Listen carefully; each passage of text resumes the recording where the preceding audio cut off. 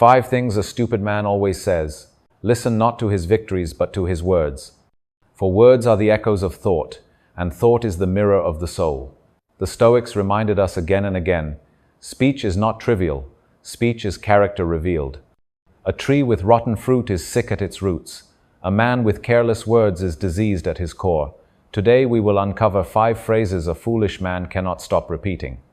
They betray ignorance, arrogance, and fear. And though they seem harmless on the surface, each one exposes a deeper weakness that wise men spend their lives trying to overcome. 1. It's not my fault. This is the anthem of the powerless. The fool believes his life is nothing but the sum of what has been done to him. When things fall apart, he blames fortune, family, friends, and fate. Never himself. But Marcus Aurelius gave us the opposite truth. You have power over your mind, not outside events. The wise man lives by this. Responsibility may feel heavy, but it is also the training ground of strength. Every failure is a mirror, an opportunity to ask, what can I learn here? How can I rise stronger? The fool never asks this. He spends his life pointing outward, running from responsibility, and in doing so he runs forever from growth. Blame is cheap. Ownership is priceless. Only one of them leads to freedom. Number 2. I already know that. These words reveal a prison built of pride. The fool interrupts wisdom with this phrase. He convinces himself that knowledge has been conquered, when in reality he has barely scratched the surface.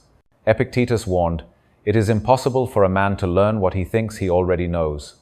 And yet the stupid man closes his ears, preferring the illusion of mastery to the humility of learning. But the wise man approaches life as an eternal student. Even the lessons he has heard 1,000 times, he studies again, like a sculptor perfecting a figure, discovering new depth in every angle. Socrates, whom the Stoics revered, said, "The only true wisdom is in knowing you know nothing." The stupid man resists this truth because it wounds his pride. The wise man embraces it because it sets him free. 3. That's impossible. This is the coward's surrender before the battle even begins. The stupid man hears of a challenge and immediately declares defeat.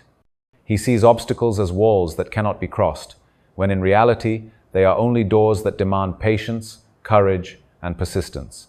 Seneca reminded us, "It is not because things are difficult that we do not dare. It is because we do not dare that they are difficult." The fool does not see this.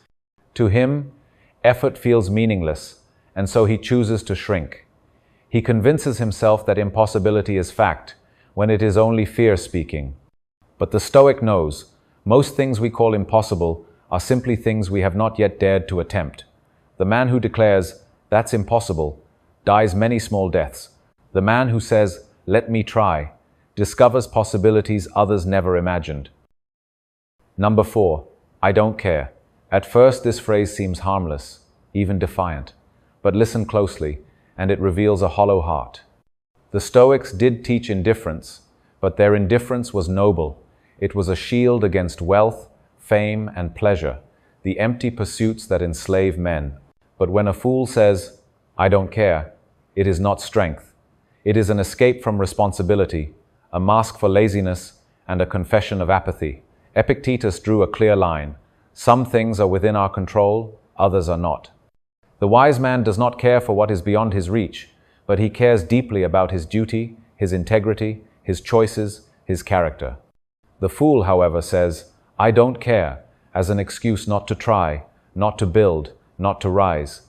His indifference is not liberation, it is decay. He believes he is free because he refuses to care, but in truth, he is enslaved to fear and idleness. 5.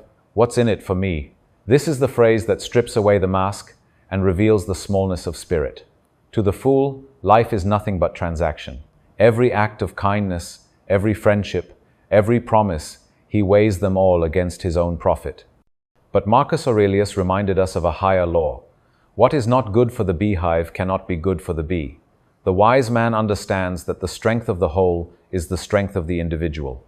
He sees life not as a marketplace of endless taking, but as a field of contribution. He asks not, "What do I gain?" but "What do I give?" And in giving, he finds purpose. The fool, who spends his life asking, "What's in it for me?" may die with his hands full, but his soul will be empty. The wise man who asks, "What can I offer?"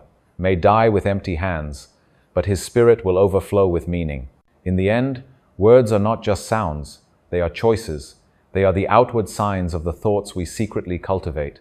A stupid man cannot help but betray himself through his speech. His phrases reveal fear, arrogance, and selfishness. But a wise man disciplines his tongue because he knows that every phrase he repeats is training his soul.